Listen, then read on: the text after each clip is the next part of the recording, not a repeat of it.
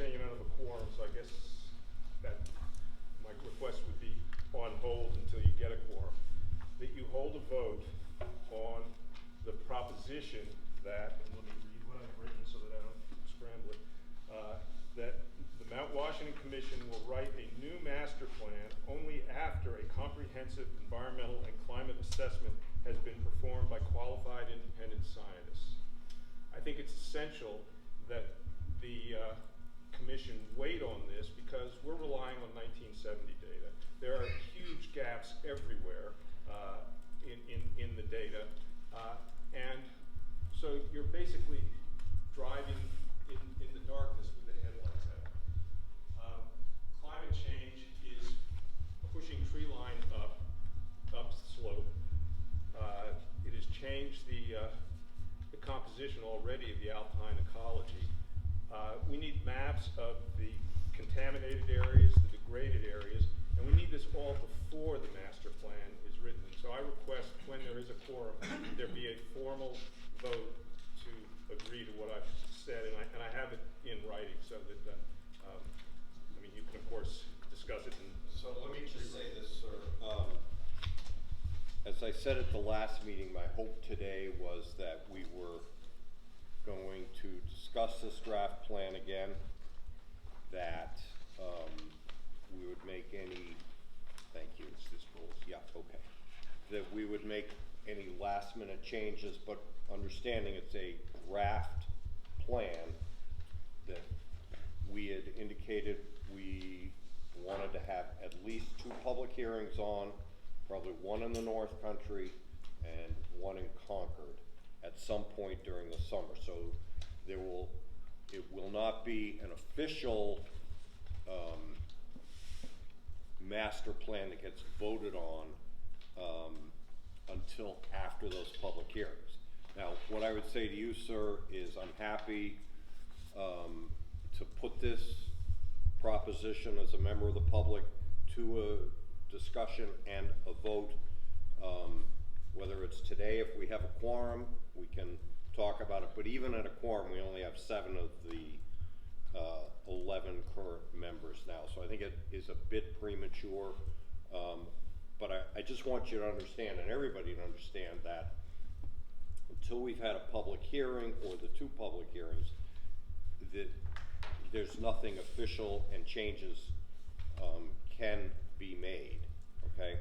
So I guess this is a good time for Sarah and I to talk about the conversation that we had with Andy Smith of the UNH Polling Center. It was a recommendation of the group last time that we obviously have public hearings, but that we try to get broader perspective of information by surveying the public in the way that the UNH Survey Center does on a routine basis. The way it's kind of interesting now, the way that they survey is they have 7,500 people that are participants, contributors, whatever you want to call them. So it's not a random phone poll anymore because it's so difficult to do and expensive. But they have 7,500 people that they routinely electronically communicate with. Andy, anybody in my situation would know their polling is very reliable for New Hampshire, and so he's obviously switched to this. So Sarah and I broached the idea of coming up with several questions that we might want to ask as a commission that they would include in a poll at some point in the summer or fall. And I think the whole idea of that was to use that kind of information on top of, you know, what we would hear in public hearings to try to better guide the discussion about a master plan. Do you want to add anything? Yeah, I would just say that while we're progressing through this, all the discussion points today and into the future, before we hit the button on a poll, we really should identify the type of information we're looking for. We're not just, these aren't feel-good questions. These are pointed questions so that we're gathering answers to questions that we have that will help us through this process. So we kind of have to reverse engineer from a topic to a question. And Andy Smith said that they have professionals who can help us with the actual questions, but if we can provide them the topics or challenges or issues that we're looking to navigate, then they can help us form the type of questions that they know are helpful and get people to participate. He also was encouraging and said this is going to be one that people will want to participate in because it's not economic or presidential primary or things like that. This is sort of a refreshing outreach for them and a topic that he thinks people will want to opt in and participate on, which is great. So I think we just need to be thoughtful about, are we seeking information that answers questions about what their experience is on the top of Mount Washington? Are we seeking information about what people's impressions are of Mount Washington, regardless of if they've been up there or not? Are we looking for support for investments from the general fund? So we just need to make sure that when we move forward, we're confident that we're not spending several $1,000s, because it will cost something, to get answers that aren't really helpful to our navigation of this process. But he was very encouraging, and they provided some price points to consider. They can do this two ways. They can fold in some questions into their already scheduled regular polling that they do, or they could do a standalone poll just for us. So there are a lot of options available for consideration. I did notice in the last draft you did a phenomenal job of putting the requirement or the need for a summit assessment in the draft, and I applaud that. That statement said a summit assessment should also include building and infrastructure survey, but it was under the section under environment. And the statement also alluded to capital and operations as needing assessment, which aren't necessarily under that heading of environment. Then later on, under section 5, capital, on the trails section, you also allude to a trails assessment should be performed. And now we're hearing again about a UNH survey. So it seems like there's a lot of information gathering going on, which I think is excellent. That's very good, but it seems to be sort of disjunct within the current draft as to where these assessments are happening and what they address, and under headings that don't necessarily tie to the statutory requirements. So I'm wondering if there might be a way of bringing this need for more information together in terms of what you're looking for, whether it be visitor experience, whether it be capital, whether it be operations. Information gathering seems to be a phase or a stage that needs to be looked at more cohesively, in my view. Okay, appreciate that, thank you. All right, so let's go to this document. And Alan, do you want to walk through any of the changes that were made on a high level from the second draft that we discussed last time to this being the third draft? Yeah, there weren't monumental changes. If you had a chance to read the last draft, at this point, not receiving a lot of feedback, I took out the brackets, the curved brackets and the straight brackets, and hopefully we're getting close to something that you can consider voting on at some point. In terms of structure, environment was moved up. That was actually done in the last draft. That comment is a good one. The problem is there's no perfect structure on how to do this, and so the comment from the chair last time was that the vision was we're going to have to pay a lot of money for this survey that we're doing, and so what's the scope of work for the survey? And that scope kind of grew to include not just environment, but the infrastructure and some of the other elements. So it kind of had to live together wherever it was. Maybe a heading could be changed or something else. Yeah, I just found it odd that it was all under environment when it went further than that.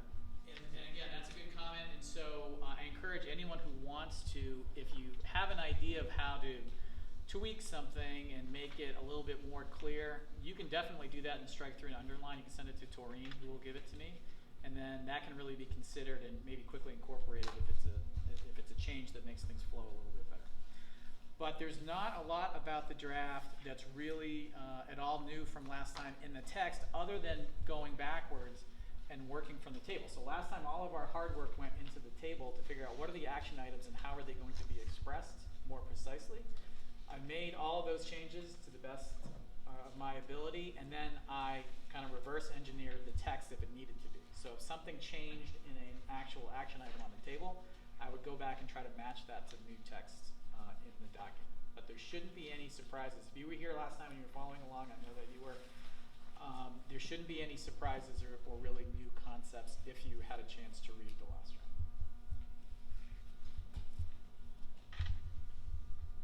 Go ahead. Can I just follow on that, in terms of the table of deliverables at the end? I think there's something like 60 of them, something like that. And when there's discussion about a particular action, you know, whether it be education or something, I find it very awkward to have to read through a list of 60 items to try to find that reference. And I'm wondering, and this is just an idea that I'm tossing out for readability, is that in the preface of the document, you have statutory requirements. And there are like 5 or 6 categories of statutory requirements. Would it be possible for each one of your deliverable items to associate it with a statutory requirement, put it in a category and group them so that if we're interested in protection of the summit as to unique flora and fauna, for example, we can go to that section and see the action items that relate to that requirement. That would also give us a better idea whether that requirement is being adequately addressed or not. You know, if there's a gap or something missing. But grouping them by requirement, I think, would make it much more structurally cohesive in terms of knowing what the responsibilities are relative to your statutory requirements. Rather than just a laundry list that you have to plow through all 60 in order to find something that you're looking for. So that's a good comment as well. And again, these things, and this in particular, kind of grew in an organic way from starting from the vision statements and working our way that way. They actually they're not currently grouped as such, and the commission didn't approach their task by looking at the statute and saying, let's do, 1, 2, 3, 4. But they actually should be in the order that they appear in the text.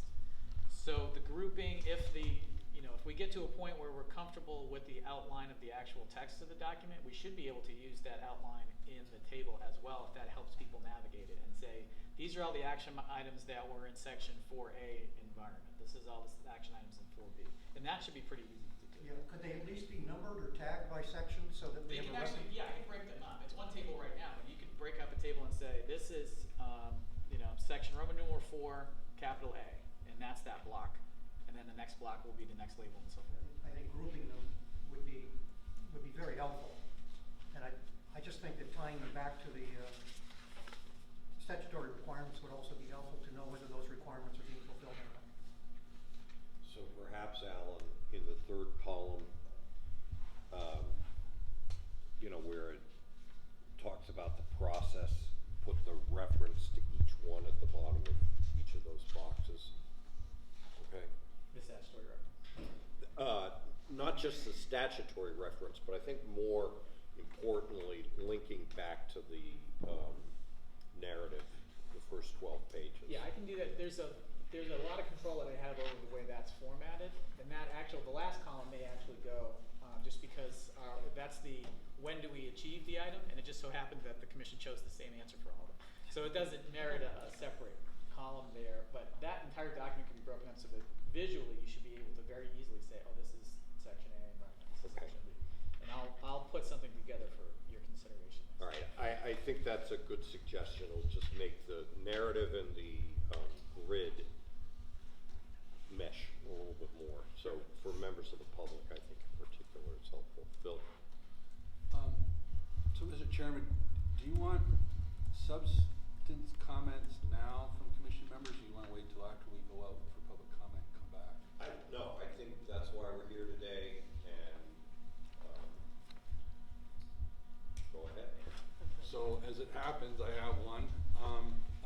6, under operation and maintenance of the summit generally, the third paragraph, it says that recognizing there will always be a physical limit to the number of people on the summit at any time, the Auto Road and COG should investigate ways to limit their visitors' numbers to the summit. I'm very concerned that there is that the issue of hikers' access to the summer is not addressed in some fashion. I think it's unfair to those two partners to say that if we have capacity issues, you're gonna have to address it and we're gonna let the hikers do whatever they do. I understand that it's very challenging, but the lack of any commitment in this draft to attempt to deal with it, if there is a solution that we can come up with, is, I think it's very important. I mean, I will go to the point that when we were seeing 400 cars on Columbus Day on the interstate highway, even though it was not Parks' responsibility, DOT highway, illegal parking, we came up with a solution in a few weeks and implemented it to address it. And you'll notice now there are no cars on the highway. So just saying, oh, it's too difficult, you know, we can't figure out a way to do it, I don't think that's fair to the other summit partners. Just as a quick note, I think that comment actually came from one of those two summit partners. I think it came from the Auto Road, but I'm not sure how. Do you remember? If you had something similar to that? Yes, I highlighted it to comment on it, and I was going to comment exactly what Phil just brought up, is that in this thought, we need to incorporate the hiking community. Because those are the three ways people are getting to the summit: car, auto, road, hike. And we need to adjust them all. And because to me there is a limit. So I completely agree with Phil's comment, and I think it needs to be incorporated somehow. It's unfortunate the Forest Service representative isn't here today, because he will naturally need to be a big part of that. You can't look at AMC and say, oh, it's AMC's problem. No, it isn't. Maybe a combination AMC and Forest Service, but can I? Go ahead. No, it's all yours, Howie. So one more that probably will not make one of the summit partners real happy, but up above in paragraph 2, I highlighted, based upon the rights of the summit partners, there cannot be any limitations on the number of visitors in the park boundary. I'm curious as to where that's coming from, because from the Auto Road perspective, I don't feel like any of our legal agreements state that. I don't think. Maybe I've misread or not read something, but I'm sort of hoping that Wayne can point out where that is. Go ahead. It's in the deed from Dartmouth College to the state of New Hampshire. There's a reservation of rights to the public for access to the summit property, not to the buildings, but to the summit itself. And it reserves unto the public, the right to pass and repass over the summit, and there's no limitation on it whatsoever. Is that the 1894 agreement? No, it's the 1964 agreement. Okay. Earl, if you've got that in a emailable form, could you shoot me a link or the section, or? Yes. I'm just curious. I mean, if that is the way it reads, I need to understand that, because I don't understand it now. Thank you. As a follow-up, Howie, and maybe I don't have it, I haven't studied it, Yeah. but my understanding is the Auto Road has the right to turn your carriages around in the summit. And it also includes a right of egress for your visitors Right. into the summit to get to the Sherman Adams building, not to be in it, but to get to it. Right. So I have always interpreted that as, we can't say to you, you can't drop these people off within the summit circle. So I just wanted to, and maybe if I'm misinterpreting it, but I think the reason I say that is I think this, I think I've actually said that, this statement at the last meeting, which is, it got incorporated into it, because my understanding is we don't have that limitation, both,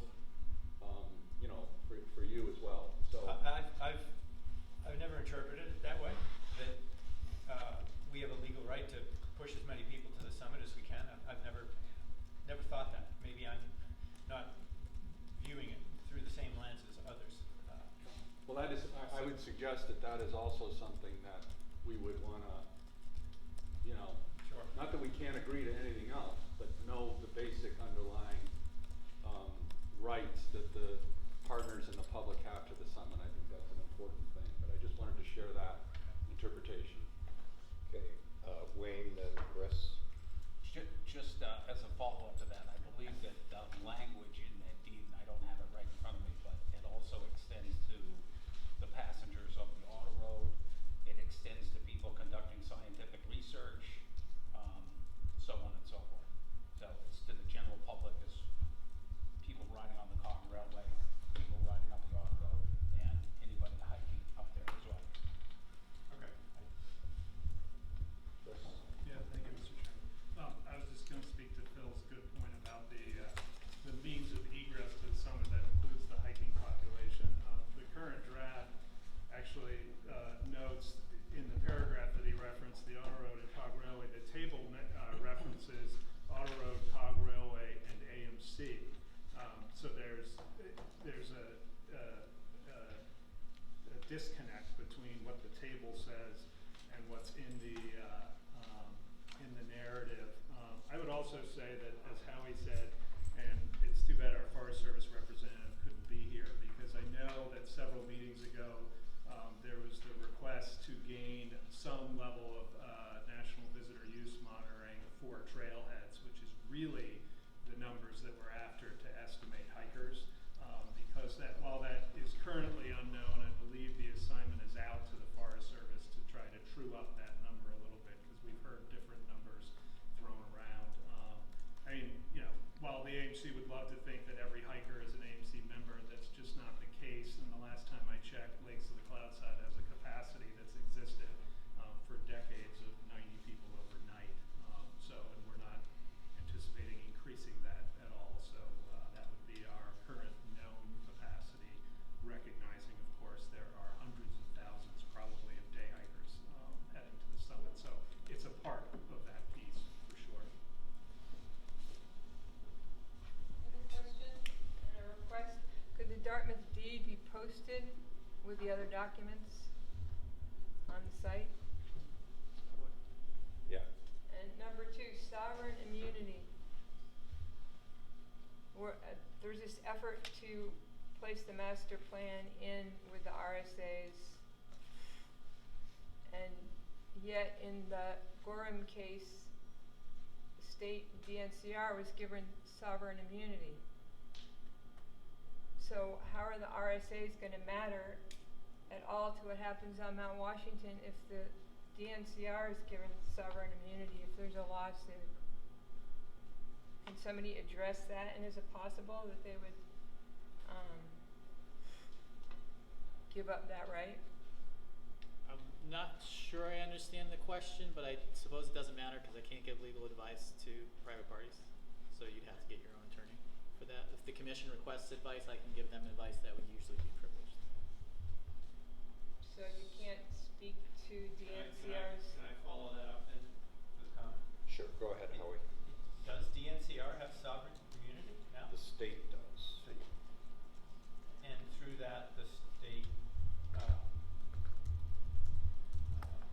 whatever DNCR is called, has as well? And I guess that's why I don't understand the question. When we say sovereign immunity, what are we talking about? The state generally has the ability, the state can only be sued, whether it's through the state, the capital S state or one of its agencies can only be sued if the state has allowed itself to be sued. So then you have to look to see in what instances has it allowed itself to be sued. And in the context of a master plan, I'm not sure what the liability is here that we'd be talking about. Okay, I just found that to be a fascinating subject that I'd never thought about before, and it's a good point. Well, as I understand it, the DNCR was not required to adhere to the RSA's governing OHRV use in Gorham. That was what sovereign immunity gave to them. So if that's going to come into play in the summit, then the RSAs are not going to have a lot of meaning. It seems that's something that should be dealt with. I'm not aware of an opinion that states the proposition that you just stated, and so I could look at that if the commission wants me to. But and I don't see the connection between this and the implementation of the master plan. But if the commission wants me to do further research, I could.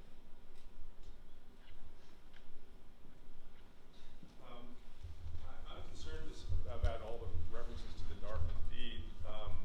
I think we absolutely need to have a copy of it so we know what's going on. But I think more importantly, we need someone from Dartmouth to tell us, did they mean to, in 1964, to tie the hands of the public and the state so that it could not respond to a crisis?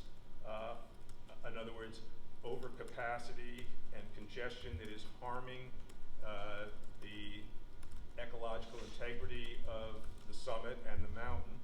I don't think so, but if we're being told that the deed prevents any kind of limitation on access, then that's essentially what we're being told Dartmouth is asserting. And I think we need to hear it from Dartmouth rather than from those of us who are not authorized to speak for Dartmouth. All right, so we will post the deed on the DNCR website. Okay, so everybody can read it. It's a public document anyway. And how everybody's going to interpret that, who knows? And those are issues that get settled in a court of law. So we can read it and have our own opinions, but I think for purposes of what we're trying to do today, let's stick to trying to create a master plan, which, by the way, we are required by statute to do that. Hasn't been done in, what did we determine, since 1971 or something? 1971. Yeah, so let's continue with this process, knowing that there are going to be some unanswered questions, and see if we can get through it, okay? I have another question. In the data area, there's been a lot of talk about handicapped access. Are there any figures for how many handicapped people go up to the summit? I'm sorry, I didn't understand the question. There's been a lot of talk about access for the handicapped via the COG and the auto road. Are there any figures for how many handicapped people, disabled people, are actually going to the summit? I don't know. Do you know? I mean, obviously any automobile that is handicap accessible can drive to the summit, and people. I don't believe the auditor has ever tried to separate that information. We haven't discriminated between standard passengers and people that are considered handicapped. It's not a factor. And so people in, for instance, in wheelchairs can access the summit through the COG? Great. Okay, are there any other items for discussion in the draft document that we want to highlight, consider, talk about, potentially change? I have another question. Yep. People allowed to carry guns up the COG and the auto road, and are they allowed to have them at the summit? Well, I'm assuming the auto road does because it's the privacy of your own car, so We never made a statement. state one law way or the other on the auto. apply there.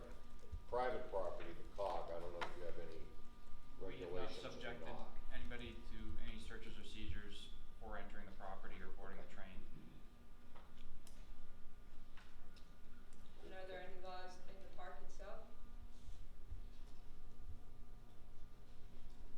About guns?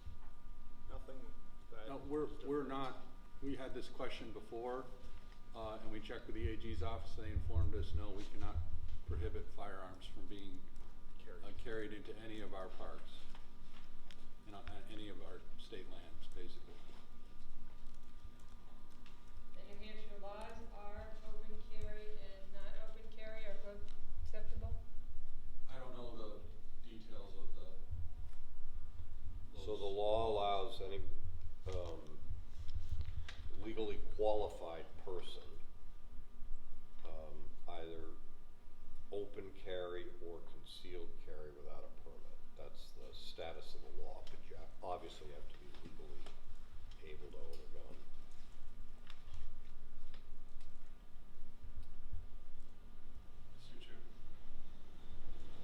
sorry. I just have a question maybe for Alan. I recall, and my apologies because I know I missed the last commission meeting, but I know I had provided some comment about a section involving visitor experience, and then I also had a comment, or maybe a query, about why we were including the Yankee building under infrastructure or capital improvements, and why we wouldn't make reference to the other physical infrastructure up there, like Sherman Adams or Tip Top, just as part of the master plan. As part of the last meeting, there were a number of comments that I couldn't fit neatly into changing text to match. And so there was an errata sheet at the end with a list of the comments, and some of those comments may have been on there, or I may have tried to incorporate them in some way. But if you can remember what those topics were and you want to discuss them, you should feel free to. I was surely not perfect in capturing everything that somebody wanted to put in.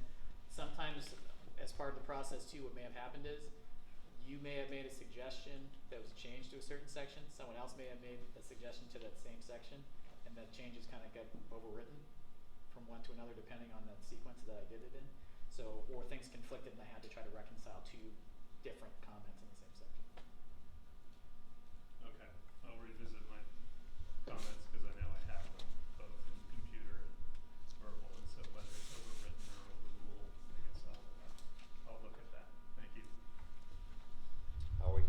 I've got a few places that I've highlighted things. So if you turn to capital improvements, general goals, Which page you on? page 9.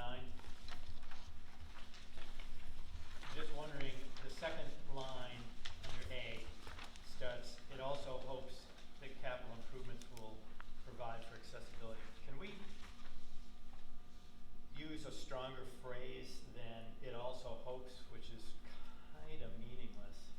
Can we say something about, I actually hadn't thought enough to figure out what the words need to be, just to make it that we will do this, not we kind of hope we should do this.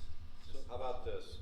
Capital improvements to the greatest extent practicable shall provide for accessibility. Yeah, like that. Thank you. Under B, same thing. The commission hopes to ensure that the summit is accessible and inclusive. I kind of feel like it should be the commission will ensure that the summit is. Okay, so in this case, the commission shall, to the extent practicable, ensure. Okay, I realize this limitation. A typo on page 10, down at the bottom under Yankee Building. I don't think in the second line the word state should be capitalized. Okay, hold on just a second here. I don't understand where that comes from. Tell me the page again. Page 10. Second State line of under E. disrepair. Oh, that's a bad implication on my part. I know the state is all powerful.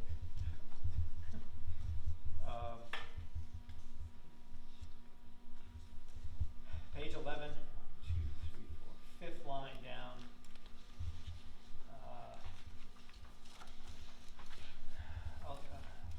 Elements other than just communication, such as aesthetics and environmental impacts,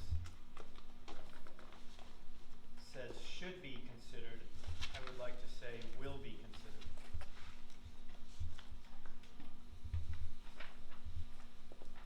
Everybody all right with that?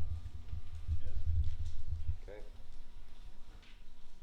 Staying on page 11, under G, energy efficiency, 1, 2, 3, 4, fifth line down. We're talking about making sure that the summit's infrastructure is as sustainable or energy efficient as possible.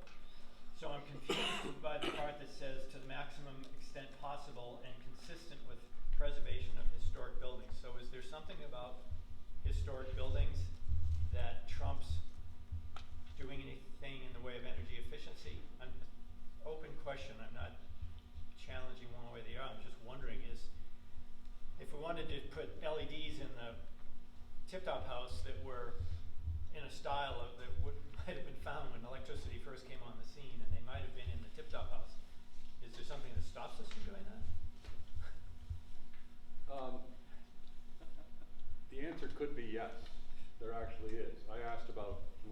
sprinkler system in Wentworth Coolidge Mansion, and that was frowned upon significantly, even though that thing would go up in like 30 seconds. So there are limits. I think, I mean, you can just say that within any limits of historic structures requirements, but I'd say you could cross that line.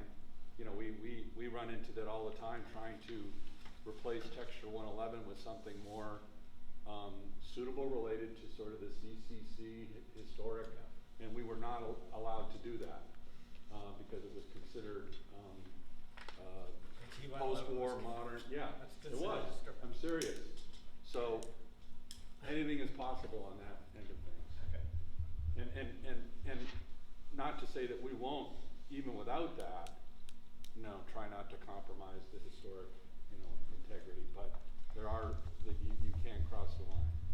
I would hope that we could come together if we get to that point of, say, a sprinkler system in Tip Top, where, I know it's not gonna happen, but just by way of example, and we could engineer a way so that it fit unobtrusively. When the Tip Top renovation was first done, whenever it was, 20 or so, 25 years ago, there were electric outlets spotted around the building, and I said, well, that's not historically accurate. So I suggested you put a little wooden panel on there, and it swings up out of the way when you need to plug in, but otherwise it's covering it. At least you don't have electric outlets glaring you in the face in this 1853 building. Yeah. So I think it can be done anyway. I just was curious as to whether there was some law that prevented you from. And we're well, within the same agency, and we're, let me just say, we're paying more attention to that than we did maybe 20 years ago. So to try to maintain the historic integrity of our site. So I imagine for the Tip Top House, we're in contact with our cultural resources folks to make sure that anything we're doing there is consistent with its with that integrity. Sarah? Just building on what Howie was saying, on page 8, under the section A, the environment, there's a lot of the same kind of passive voice, weak verbiage, as opposed to the assertive shall. And so I don't want to go through the whole thing, but just the first line or two: should aspire to minimize harm, shall minimize harm. And I think that right on down, I think there are other instances in that whole section that I think we need that strong voice rather than the passive voice, which is weak and frankly not strong writing. We actually, through this process, went the other way. So originally the draft document said things like shall and will and must, and the commission, through several iterations, changed those words to the words that you see today. So it's the commission's choice to do that, but that's kind of how we arrived. I thought that's just what Howie said in other sections, and sort of applying it to this section. I think I'm coming back to a point that I made to somebody before this meeting, was that we're so far along in this process and the way it's gone, the time to insist on those changes is the public meetings. I think you will find that there are a number of us who are on board with that, but we're also realistic enough to know that we've spent so much time getting to this point. We need to just stay with this process, but the public needs to speak up loud and clear. Sarah? Thank you. Going back to page 9, section B, accessibility and inclusiveness. I've brought this up before, and I'm not exactly sure how to wordsmith it, but I would like to include, mention somewhere in this document, a goal for an opportunity for financial accessibility and inclusiveness as something to explore in the master plan process moving forward. Do you want to outline a little bit more what you're... The state parks have a strong mission to be accessible to Granite Staters who can't afford to go to Walt Disney World for a week. But we want to make sure that they have wonderful places and experiences here in the state, and that is a strong pillar within our mission. And I recognize the challenges of folks getting to this summit, you can either be in physical shape to hike the summit, which is great, but if you're not, you pay a ticket for the COG or the auto road, which is perfectly acceptable, and I'm supportive of that, but I would like to explore and maybe better familiarize myself and the public to opportunities where there's maybe a New Hampshire day with a discount, or an opportunity for more school children. And I know that the two private entities have their own programs and their own discounts, et cetera. But I want to make note of, or recognize in the master plan, that there is an effort to provide accessibility beyond physical limitations, but also financial. Guess what I'd suggest? Does anybody have any opposition to that concept? Why don't you work with Alan on a sentence that shall consider, the commission shall consider efforts to, and then, okay? Yep. And it can be added. Can I follow back on a different concept? Yeah, go ahead. So Commissioner Stewart just reminded me that she made a good comment the other day, but I think it got lost. It was a procedural comment, but it comes up with Howie talking about public participation, which is that at the end of the day, we've done great, and the Commission has done great to reach, I'll call consensus on most of these issues, but that won't be true of every single issue, every single word, and you don't need consensus, which I think was your comment the other day. So if there comes a point where things are refined down so that there is a disagreement among the parties, you can take a vote, and it's a majority vote that will decide what actually goes in the master plan.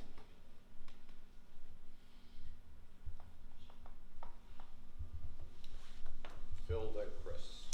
So, I wasn't sure how much we would get in. I had one comment, since folks from the observatory are here. Under page 10, enhanced visitor experience, I didn't know whether or not it was appropriate to specifically mention the role that the museum plays in there. It was kind of, I mean, that's why we have the museum there, is to do the interpretation of the summit, you know, based, of course, in the rich weather history, but moving on to other elements along the summit. And it seems kind of odd that in the bulleted items that there isn't some reference to the museum, and whether or not, and I just wanted to confirm if that would be appropriate, or whether it shows up in the action items, you know, but.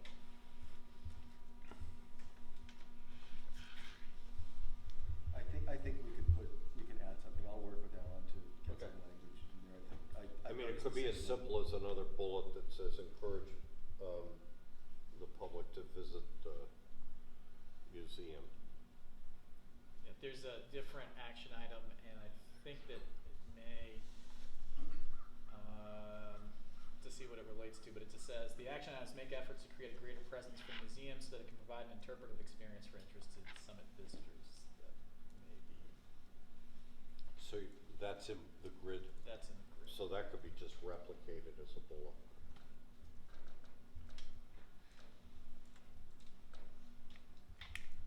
Okay.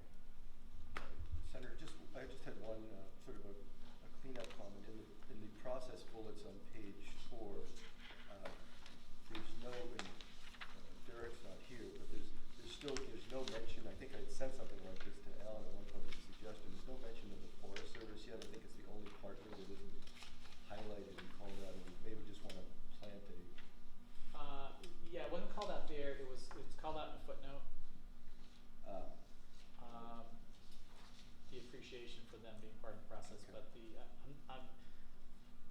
I don't think every commission member is called out, although all commission members are valuable, and so this kind of grew over time to include some of, especially those who actually occupy the summit somewhat, physical occupy, but for instance, I don't think Town Square Media is on there. I think the communication is, in fact, it's 4 or 5 bullets up. It was the only entity that participates that wasn't mentioned. I was just calling that out.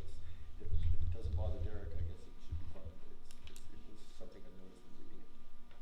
He did mention it, and he wanted that recognition of their participation. So I can definitely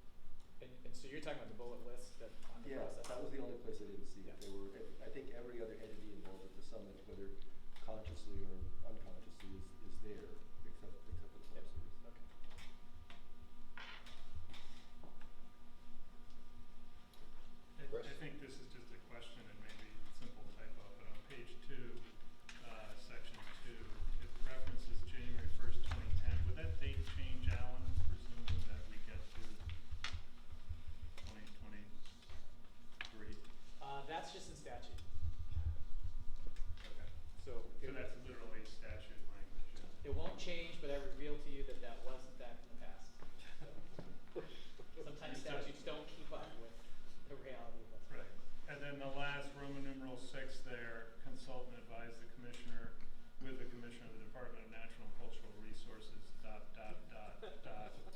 Is that meant as a typo, or is that sort of? No, there's additional parts of the statute. Obviously, the statute goes on for 3 or 4 pages, Okay. so I just had to decide what to include. I'm Got it. happy to include what anybody Alright. wants to. Thank you. Suggests. I'm just open-ended over here. That's how I read documents. Well, some people read the ... dots as like, oh, sigh. You know, the NCR. That's not what it's meant. It's actually taking the place of some text. Okay, anyone else? All right, so Taurine has been keeping good notes about some of the proposed changes that we have this morning. What I'm going to propose right now is Taurine just go through and Alan can correct so that everybody can write down some of the things that we've agreed upon that are going to be incorporated into the draft. Or do you want Alan to do it? I'm just assuming you. Why don't we flip it so that Taurine can correct me? Okay, all right, go ahead. Okay. So I think, let me just make sure I go back to the document. I have these in structure.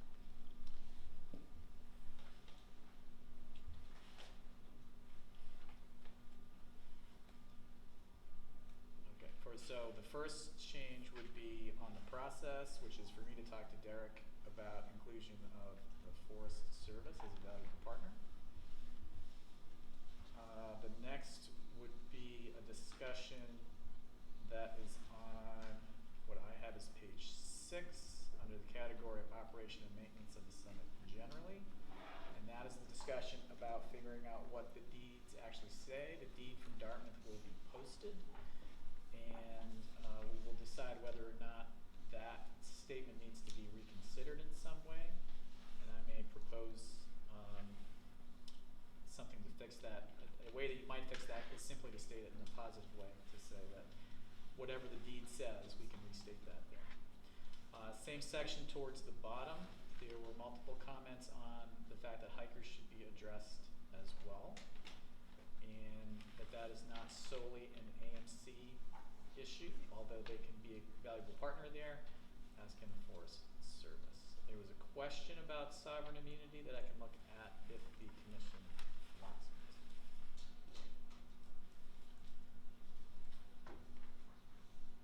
Okay, going further down, I just have to scroll here. It takes me a bit.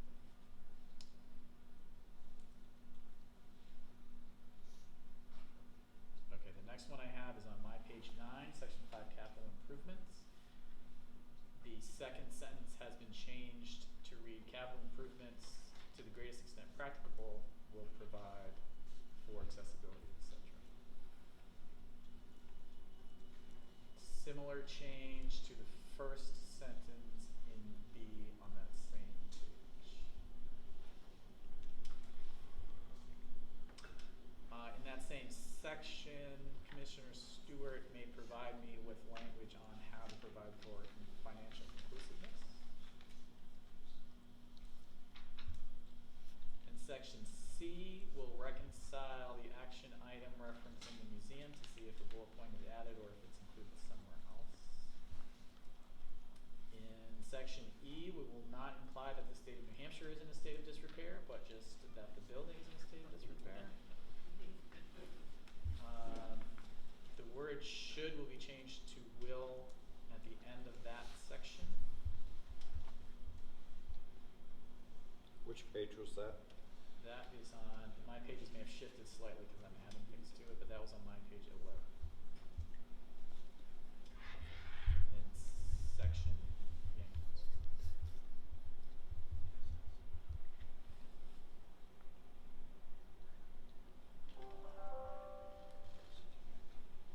And other than that, I think those are the changes that I have. Taurine, did you have anything that I missed? The most recent suggestion was page 4 with regarding to recognizing all of the entities. Yeah, is that on the process section for the forest? That was adding the Yeah, Forest yeah, Service. that's in the process. So that's where I was going to talk to Derek about being included. completing the statutory language on page 2. Okay, and it seemed like people were satisfied that that was taking the place of that, but if somebody wants something added, please let me Just know. put a period. Okay.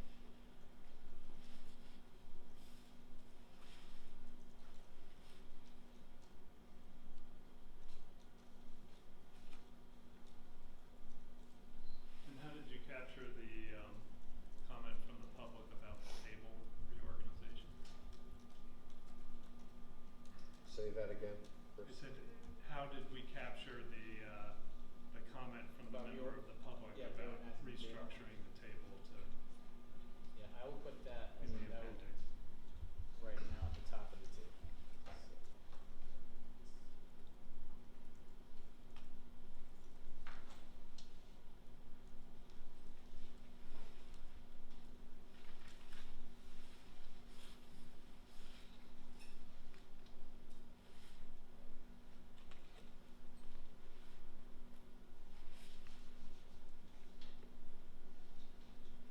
That's all I have. Okay. Sir? On deliverables, the second item on page 13 talks about the environmental assessment, but it makes no mention of climate change. And I think that in the age of climate change, when we're assessing impacts to the planet or a portion of it, we have to put that in there to reassure the public that we are addressing it.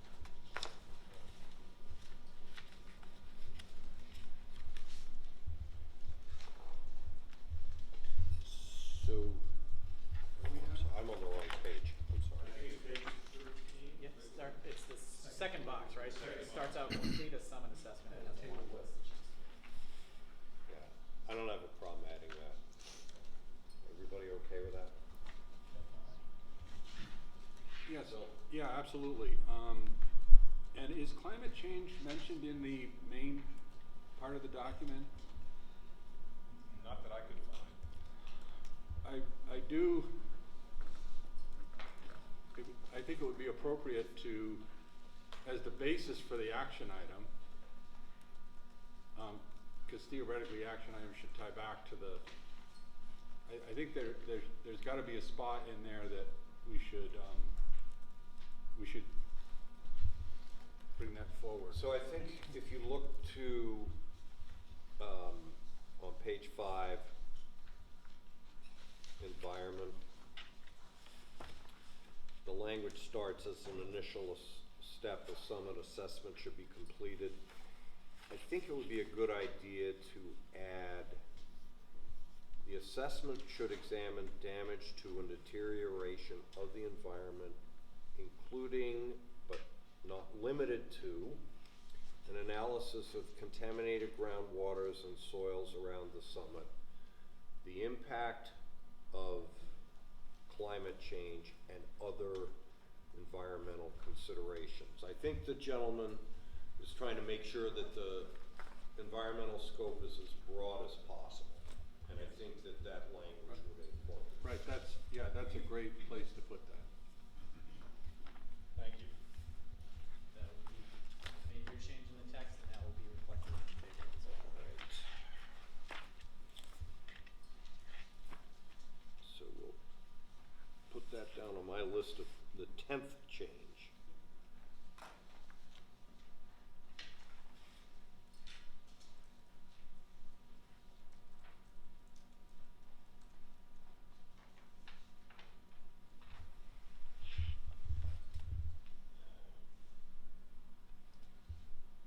Okay, I'm looking around the room. Sir? Clarification on one item, I'm not sure where it is in the current draft, but in the deliverable tables, where you account for aesthetic impacts, endeavor to reduce visual impacts of fuel tanks. I read that as two different ideas. One is account for aesthetic impacts generally, and then it goes on to talk specifically about the fuel tanks. So I'm wondering, is it just about fuel tanks, or is there something about aesthetic impacts that goes beyond fuel tanks? Yep, yeah, so in the text of it, this would be at the top of page 6 unless mine shifted down, otherwise bottom of page 5. So the text says, New Hampshire State Parks should account for aesthetic impacts, that's the general. And And then it says, for instance, it should endeavor, and then addresses the thing. So that's the text has the for instance, but the deliverable isn't quite clear on that. That's, okay. That's a readability thing, okay. I wasn't sure if account for aesthetic impacts in the deliverable was intended to be broader. The deliverable says account for aesthetic impacts, and there's a period, and then in addition to that, it says endeavor to reduce impact of fuel tanks and others. But they're the same deliverable instead of being two separate deliverables?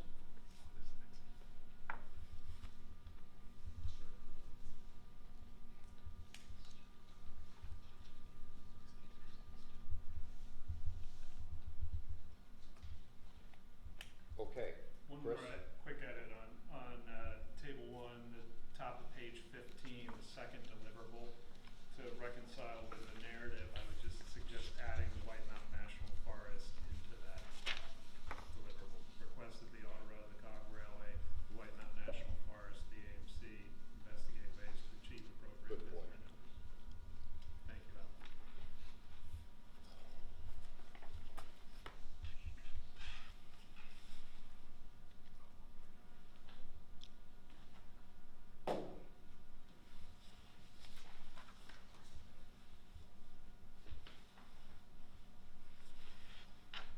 Any other prospective changes to the draft? All right, so let me address, sir, the question you raised and asked us to consider. Drew is here, so we do have a quorum now. So I'm going to read the motion of, and I'm sorry, I've forgotten your name. My name is Jamie Sion. Okay, James. What he wrote is the Mount Washington Commission will write a new master plan only after a comprehensive environment and climate assessment has been performed by qualified independent scientists. So, here's what I'm going to recommend. I'm going to sort of try to blend what you're trying to get at with what I think needs to happen. There will be a process in the next, presumably capital budget, but it could be the department's operating budget also, to request the funding for this kind of environmental assessment. I have no idea the amount of money that we're talking about, but I would think it's in the significant 6-figure range and maybe even 7-figure range. That's not a small appropriation. Whether it's in the capital budget, operating budget, it still has to get approved. That would be about a year from now, in theory. Then it would have to go before governor and council for a contract to be let, and then a process for it to be conducted, and we'd be back here in 2 years doing this process. What I'm going to recommend is that, and if everybody agrees with this, I think it gets to the point that you're trying to make.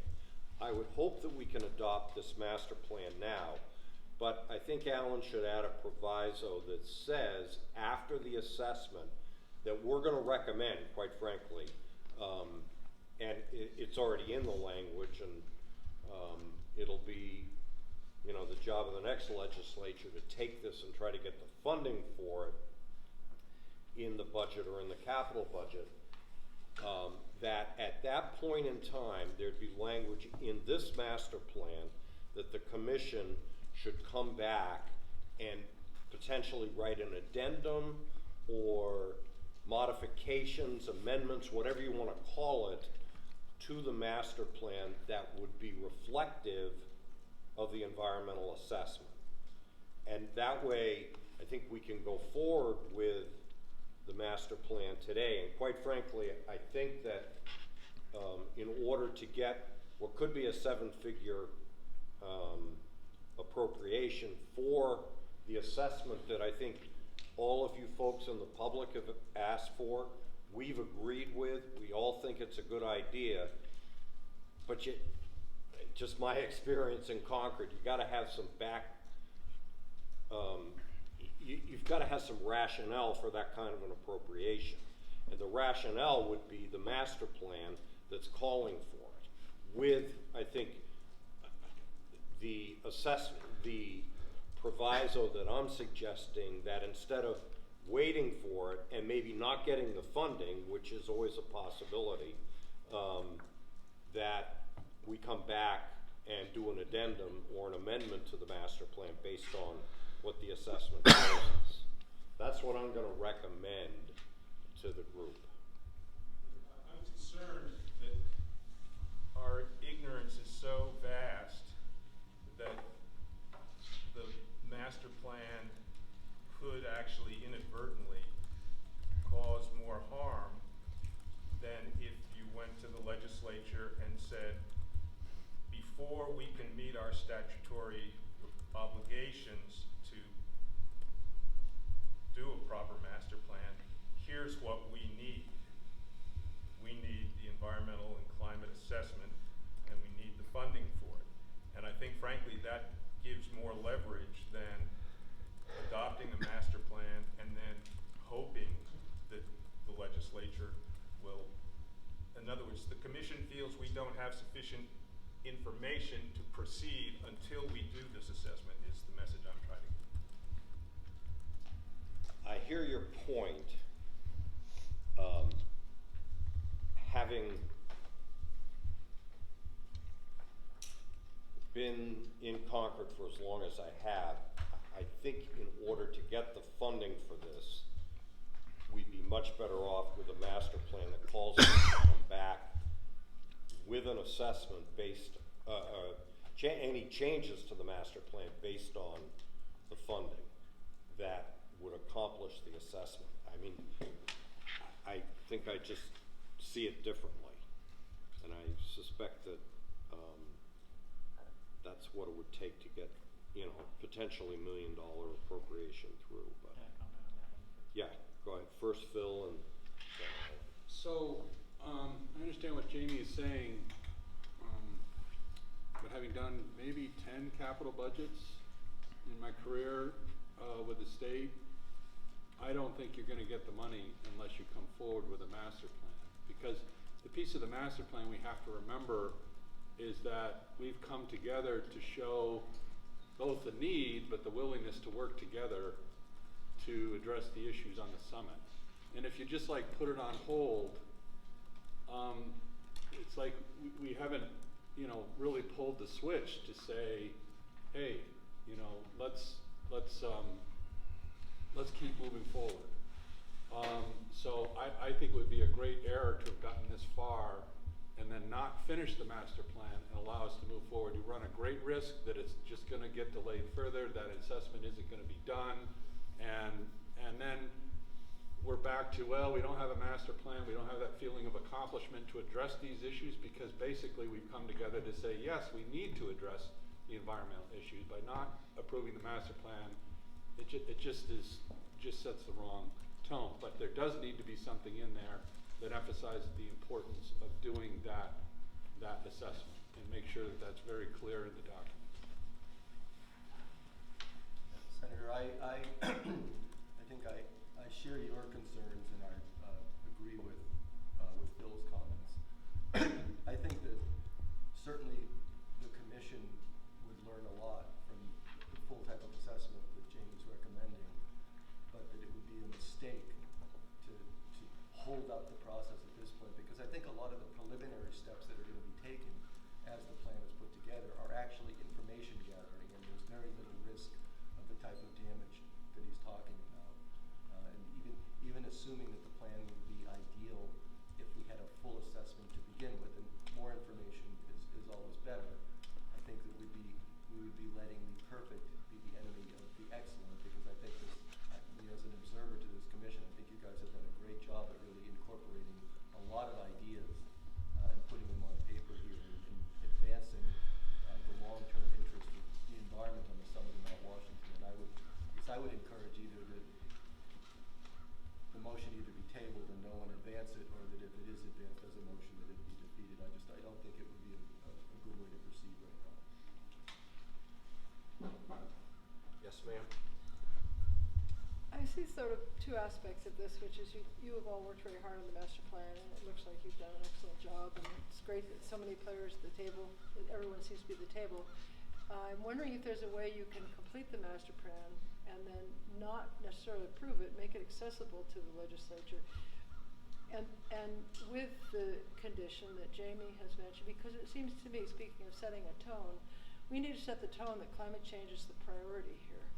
And if you're talking about leveraging this master plan instead of using it to further the situation, well, I guess I'm just saying I think that the climate change should be the most powerful leverage to influence what's happening on our summit and elsewhere. So I that's all.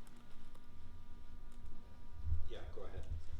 So, and this is a good discussion. I've certainly experienced, I think, both sides of what folks are saying. If you lose inertia or you get complacent because you think you did something, you could lose something, but then if you have a product, you don't go forward.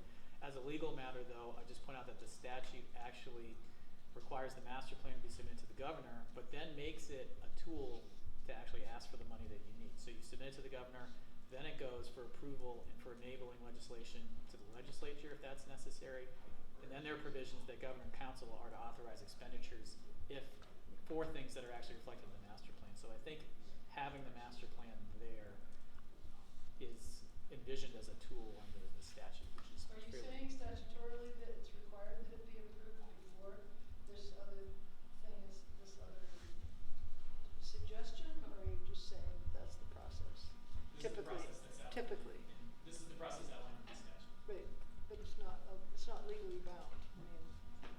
I mean, some of it is, but the approval of it, 'cause my question went back to, can you finish it and not go for an approval, or go for approval contingent on the environmental study? Or you could not approve it, you could go to just short of final approval, or you could go to final approval. But if you go to final approval, you have a document now that has a different force when you're asking governor and council and the legislature for money than it would otherwise. Yeah, that's the point. You needed to get the money to do the assessment. That's the way I read that. And sitting on the Senate Capital Budget Committee, I can assure you that, especially with the department coming in, and I hate to tell you this way, but the governor has basically said no ARPA money for the tram. It's going to have to be part of the capital budget next year. I would hope that the legislature supports that. That's in the range of $25 million. That's a huge chunk of money in a $125 million capital budget, on top of some of the other requests that the department may have, though this assessment should be your second or even first priority. Just having sat through the capital budget process, I think, for 3 terms that I've been on the committee, the priorities are many, and even with all of the ARPA money that's come into the state, and we're able to address a lot of deferred maintenance, which is often much of the capital budget process, the priorities and the competition amongst them from different departments is intense. And I just know what my colleagues think, and I can assure you, having been through that the absence of a master plan, waiting for an environmental assessment, will make getting that funding much more uphill. So, yes, sir. Is there any value in accepting this plan as a contingent or a preliminary plan? So I'm scratching right now a possible new, or an add-on on page 12 to the implementation language.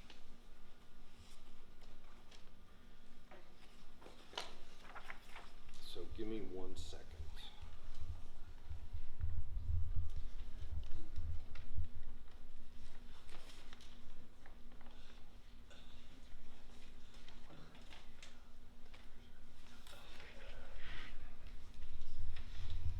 All right, it's very rough, but I think this would do it. All right, so it would be after the sentence, the deliverables within the master plan. Then a new sentence will be added, something like this. Mount Washington Commission shall support a request for funding for an environmental assessment per this master plan. The Mount Washington Commission shall review that assessment and modify the master plan according to any recommendations of the assessment. So it would basically be I don't know what you want to call it, a placeholder to say, we'll be back once an environmental assessment is done to update the master plan based on any recommendations that come forward. Phil? I think that's a great place to put that, and with one exception, I think that works. We can, after public comment, we can have more time to think about how best to incorporate the need of the assessment, but I don't know that we can promise to incorporate the recommendations because the assessment is only one part of the whole picture, so it would be more like based upon the recommendations. That would be my only suggested change to that.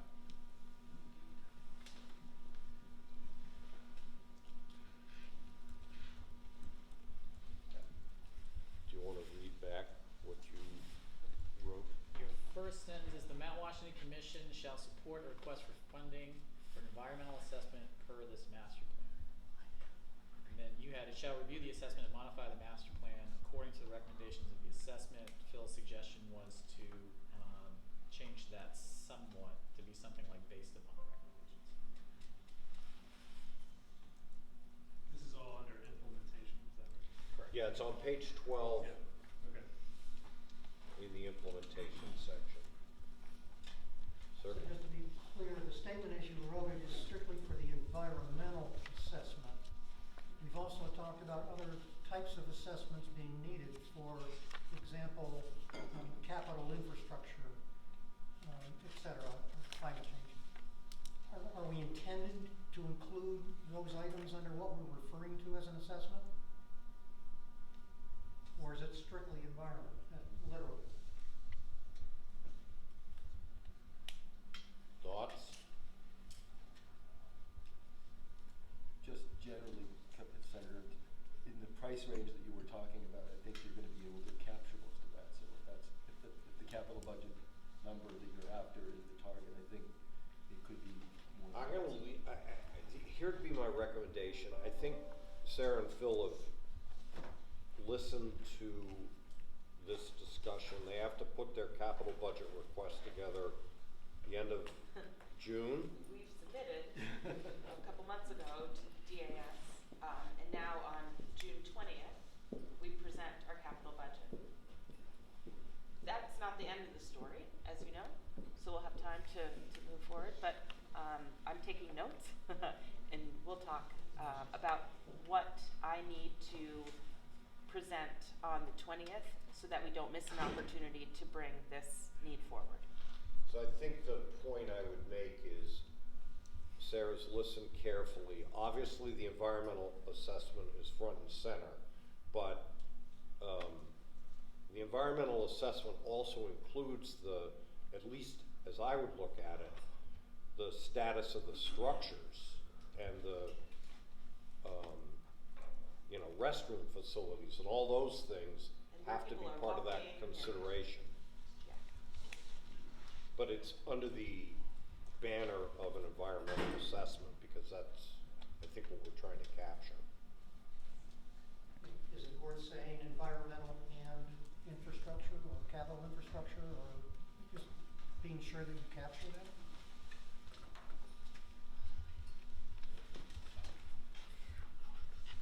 I think we can reference back to the assessment that we described previously and say that the commission shall support funding for Because it just seems plausible that, I think as the senator pointed out, that they're interrelated. You know, if you're trying to protect the environment and you've got a sewage system that could impact the environment.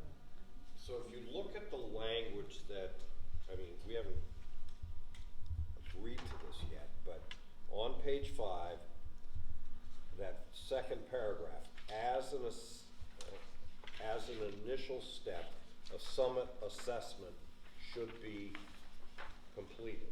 That's the broadest possible categorization. Then the next sentence, which I think the two of you have been, very articulate about, should examine damage to deterioration of the environment, etc. And then we added the climate language. So that the first sentence is still the guiding sentence, but we highlight the need for the environment to be in the second sentence. But the first sentence, I would interpret, we're looking at the structures on the summit also.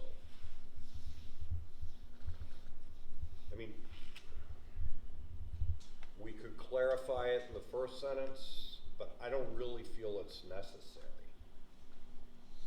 Especially if Sarah knows what she's going to ask for funding for.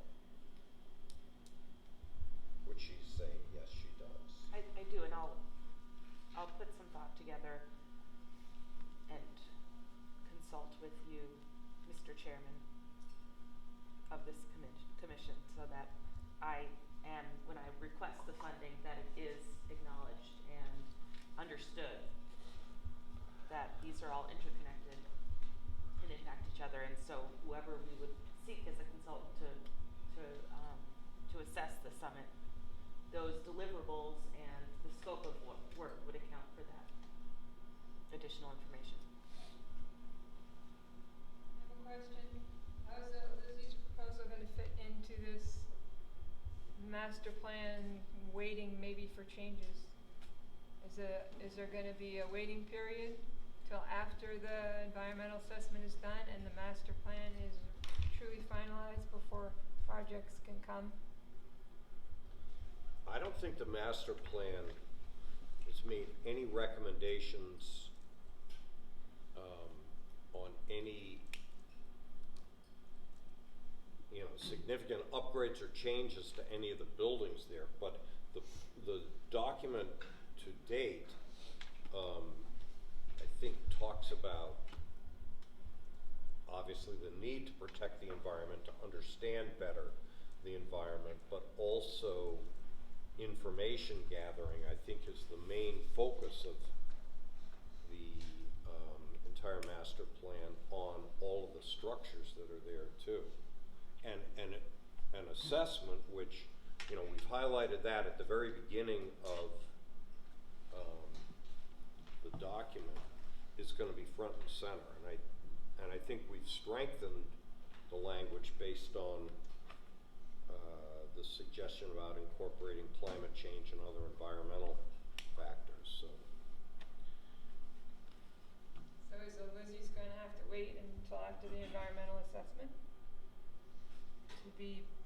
the way I'm proposing it would be that the master plan goes forward, the assessment gets completed, and then based on the recommendations that assessment has, the master plan gets modified, as opposed to halting the process. Sarah? Just as a point of reference, Lizzie's would not be within the summit circle. It's on private property, and they have to go through their own assessments and approval process. And in addition to whatever we're discussing about the summit, they have to do it themselves with the planning commission and all of the regulations that go with that. Doesn't your environmental assessment need to include the whole mountain, or at least a lot more than the summit circle? Because what happens in the summit circle and with the partners Well, goes I way think beyond what the Sarah was boundary. just saying is there's a limited scope that this commission deals with. That's the summit and the way it's defined in statute. Beyond that, it's the property of the White Mountain National Forest or private property.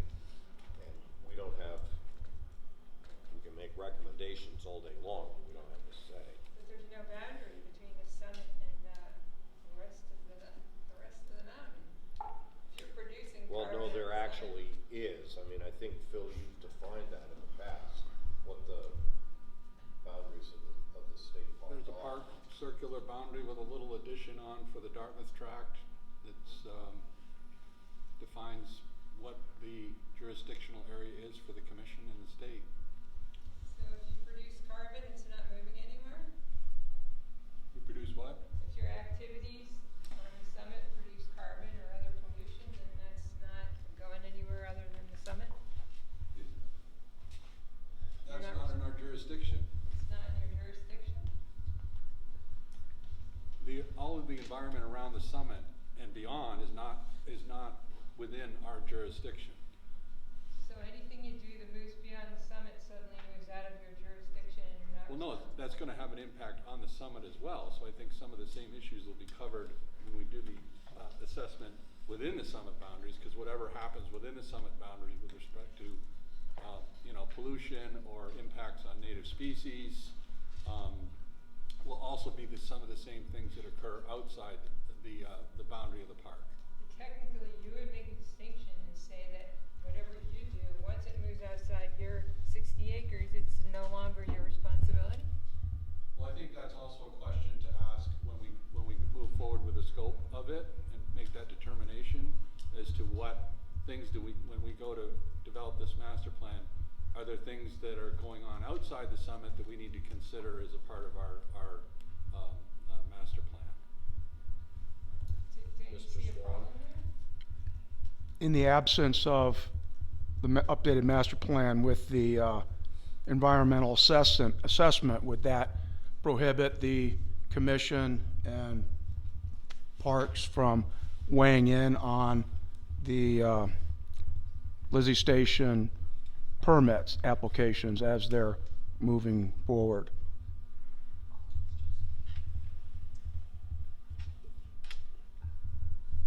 As it is now, the Lizzie Station proposal has not gone through the required checks and balances of any developer that is building something, and so it is not, we can support a concept without knowing how that all will shake out. And so, as the state, we're not saying, yes, we support it and they shouldn't go through the rigmaroles necessary to make sure that they are environmentally responsible. We are saying this was a very creative, responsible concept, and we will support it with the understanding that it will be navigated and approved by all of the processes that are in place that they are entitled to go through. And maybe outline, Sarah, what those approval processes entail.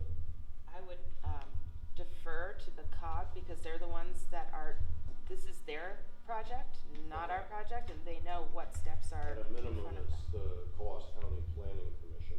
Correct. Natural heritage, for flora, fauna, fish and game, Coas County Planning for site plan review and conditional use permit, and a variance from the Coas County zoning board.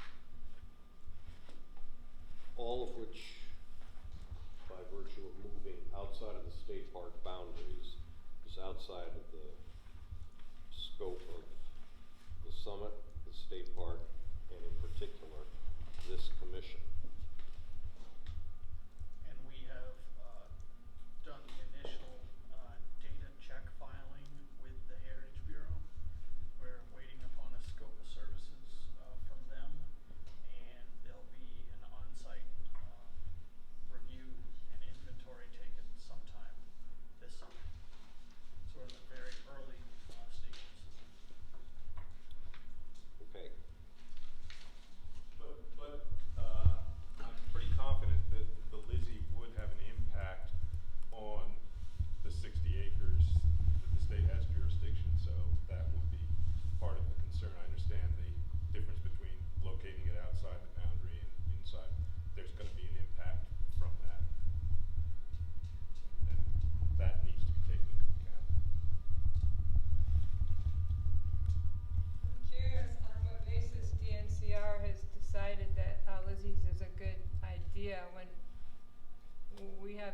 we don't even know how it touches the ground, and what amount of alpine zone would be destroyed to build it. So on what basis has the NCR decided that it's a good idea? We, the state, have been in discussions with the COG for about 2 years. After they initially proposed the track restoration project, which was presented to this commission, and there were many concerns shared to the COG, leading the COG to explore other options. COG is a private business. They have their own rights and their own property, and I personally was appreciative of being pulled into the conversation to make sure that decisions were made in concept only, that would not compromise the mission of the state parks, and the idea of eliminating additional development structural pressures at the summit is an appealing one to the state, and this Lizzie Station would accomplish that. It's a long conversation that is still ongoing, knowing that the COG has to go through additional considerations and iterations with various entities that Earl has laid out. Okay.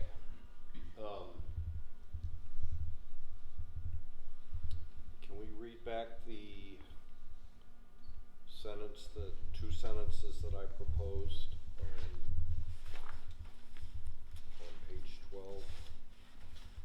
Okay, and I can read it the way that you stated it, but I can also just read it slightly changed. Instead of saying environmental assessment will be supported, it just references back. If I did it that way, it would be the Mount Washington Commission shall support a request for funding of the summit assessment described in Part A, or Part 4A. Then it shall review that assessment and modify the master plan either according to or based on, and refine that language, recommendations in the assessment. Everybody comfortable with that? I really think you have to say environmental and climate assessment. I mean, it's just got to be in there. It's so important. Well, we put that in the language on page 5. Yeah. So it's there. I just think it ought to be on page 12.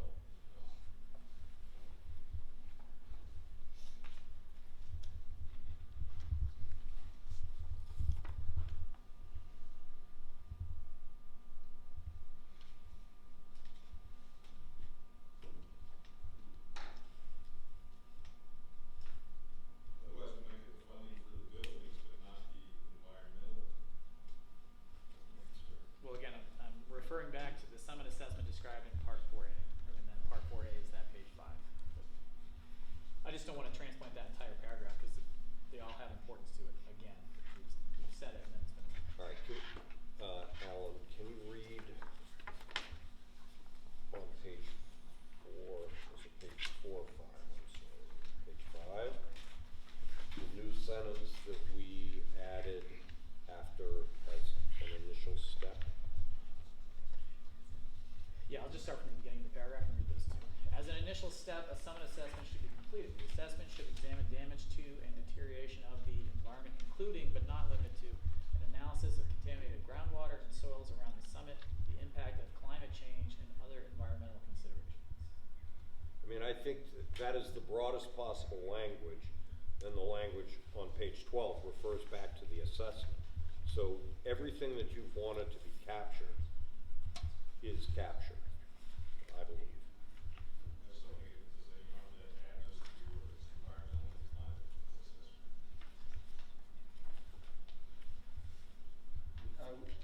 Mr. Chairman, I like what Alan has put together. I think that it starts to make the document redundant and raises questions about why other things aren't also repeated, and it would be safer and stronger for the document just to have it once with a broad crossover. I As a matter of that's as a matter of a better way to interpretation. write it.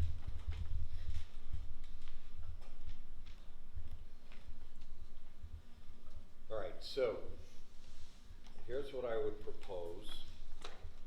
I'd like to take a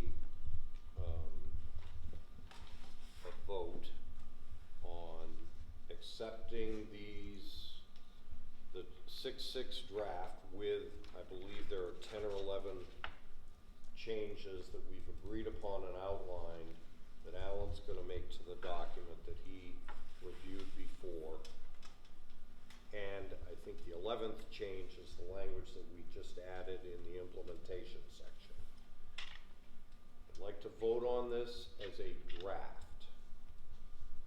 that we would then take for a public hearing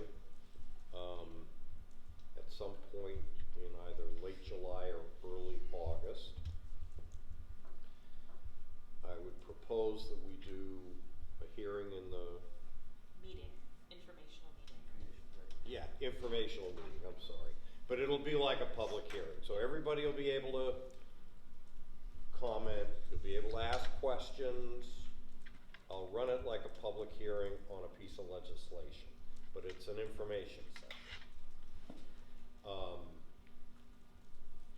We do one at the LOB, we get a double room, and Chris, I was wondering if we could use the Highland Center again, because I think the room is big enough to accommodate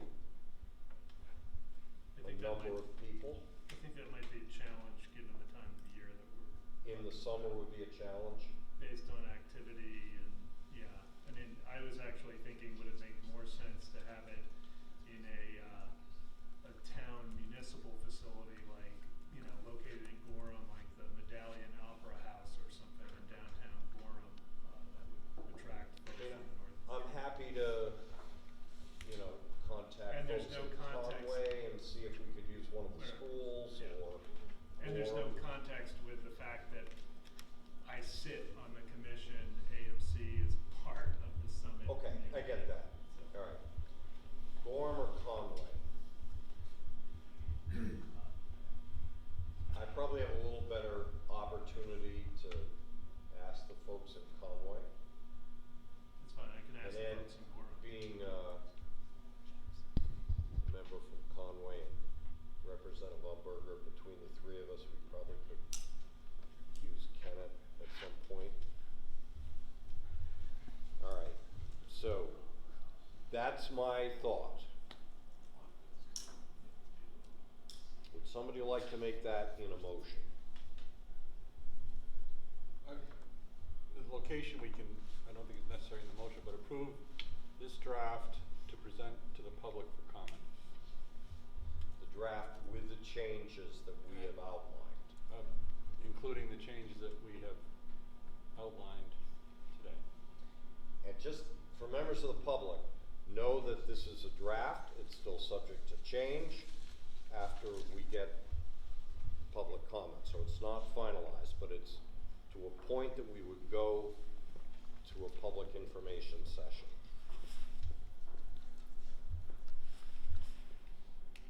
Okay. Is there any further discussion on that motion? Is there a second to it? Second. Thank you, Jack. Jack seconds it. All right. Is there any further discussion? When you say public information session, do I understand that there will be at least 2 sessions? One in Concord, presumably one in Conway. Okay, 2 sessions, yes. 2. We'll discuss the dates later. All right. So the motion's been made by Phil, seconded by Jack. Is there any further discussion? Do we still hold with the quorum? Yes, Drew's here, so we have 7. And Wayne left. Wayne had a conflict. Wayne left. You've got to be kidding me.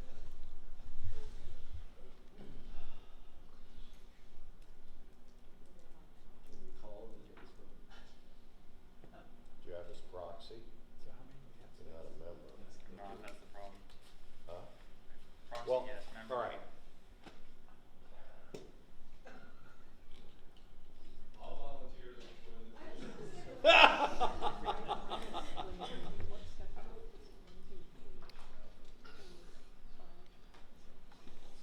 7 for quorum. All right.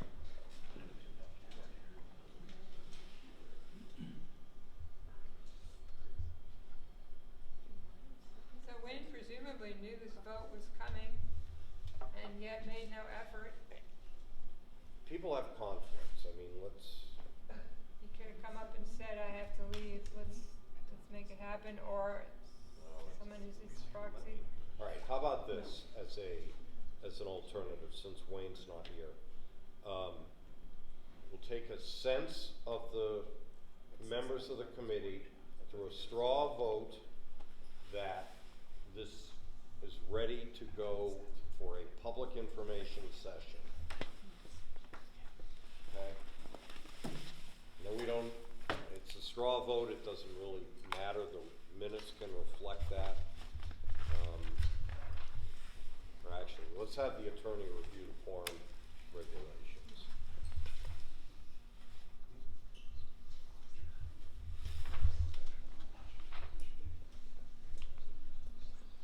Yeah, it says 7. All right. So, I would ask the commission attorney if it's necessary for us to vote in order to be able to present this to the public as a formal vote of the commission, given the role of the commission with respect to the master plan, or whether or not, and also the responsibility of the agency for the summit. Because I think that's the obvious question. No, you can memorialize it if you want to through a vote. You could also, understanding what the concept is, you could open the next meeting with a quorum and vote to make that more formalized if you want to. All right, so this happens all the time in Concord. You take a straw poll of the members, and then it happens often when there's not a full quorum of the committee, and then a committee will come back on a formal vote later. So, based on the suggestion of Alan, if everybody's all right with a straw poll, we'll take that, and then we can have a full vote of the membership prior to accepting the draft, and then go forward. All right?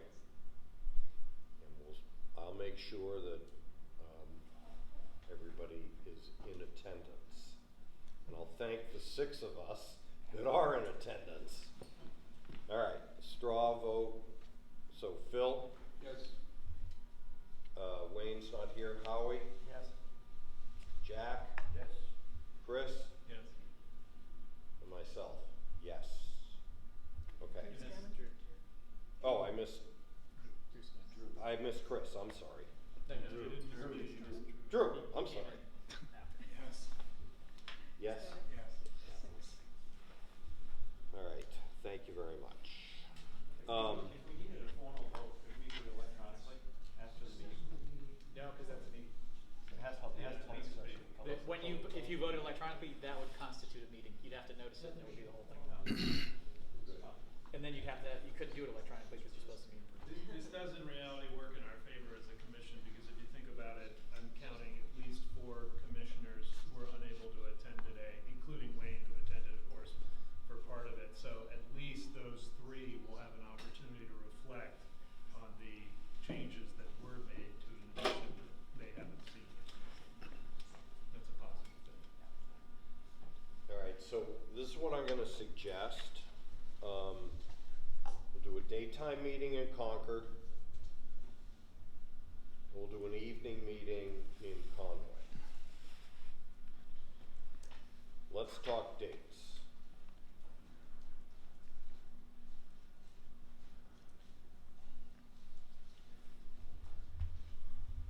Phil, what's your status? Are you gonna still be? I'm hanging around for the summer, it appears. He's alive and. You're alive and well. Thank you very much, Phil. I will be gone the 20th for a couple of weeks of July. 20th of July. Before the 20th of July would be good. And I have, I think, as town moderator, please don't pick Tuesday.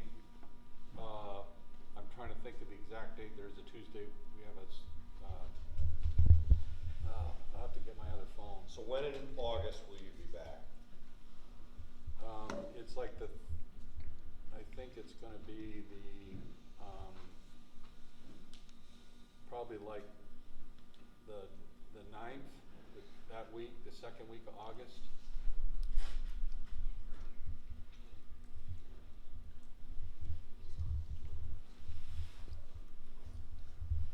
Well, I know rooms in Concord are available pretty much anytime we want them, on a Tuesday, Wednesday, or a Thursday. So what's everybody's preference? Would it be the best to do it in 1 week, like the week of August 15th? I think what I would recommend is we do one, let's say August 15th, it's a Monday night in Conway. I'm not here that week, that entire week. That entire week. Okay. We're gonna run into this for any week in August, we're gonna run into somebody not being here. So the first couple of weeks of July don't work? I will have a problem with that. Okay. How about the week of the 22nd?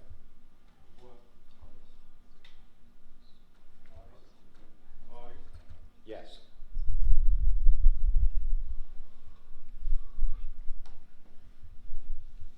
Everybody here that week?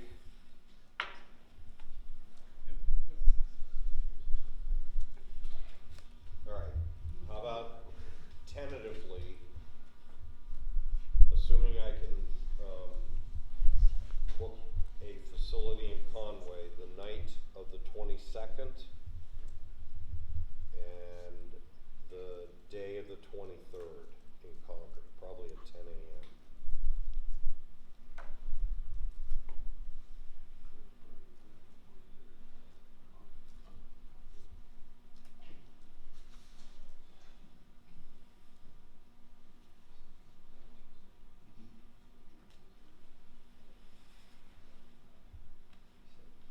Six o'clock, hopefully in Conway, and even if we can't get to school, we've been able to have forums at the rec center too, so I would think we should be okay. So let's shoot for 6 o'clock on Monday night and 10 a.m. on Tuesday. So once Alan will make the 10 or 11 changes that we agreed upon, that document will be draft 4. Let's label it draft 4 with a new date. That'll be on the website as a public document, and we'll put the Dartmouth deed on the DNCR website with it. Okay. And also the dates of the public hearing. Does it have to be noticed for the public? All of these meetings are noticed. So through the same channels for the public information systems, you would use the same notification? They're all noticed. We obviously had the press here today, so I'm sure Paula will make sure that it gets distributed widely, and I suspect, there'll be stories in the local papers too. The reporter from the Berlin Sun's not here, but the Suns normally carry in depth, so. Yeah.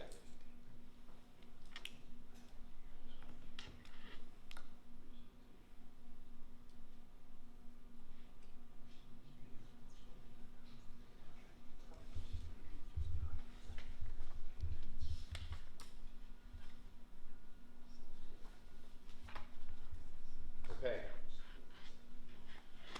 Since I have a question about, would there also be an opportunity for written public comment for people who can't? Okay, so that information should be included with any public notification. Thank you. Tareen, do we have an email set up yet? We do. I think it's Mount Washington comments, but I will post that email link. Okay. So that'll be on the website, we'll post that in the notice. And if you, Paula, maybe you can connect with Taurine to get that, so it can be posted, put in your article, Paula. Oh, yeah, sorry. What was it? The opportunity for public written comment. Yeah, I've got that here. So informational meetings on the draft master plan are tentatively planned for Conway at 6 p.m. on August 22nd, and at the Legislative Office Building in Concord, 10 a.m. August 23rd. Public written comments will be accepted as well. And you can get the link from Taurine. The documents be posted on the DNS. Okay.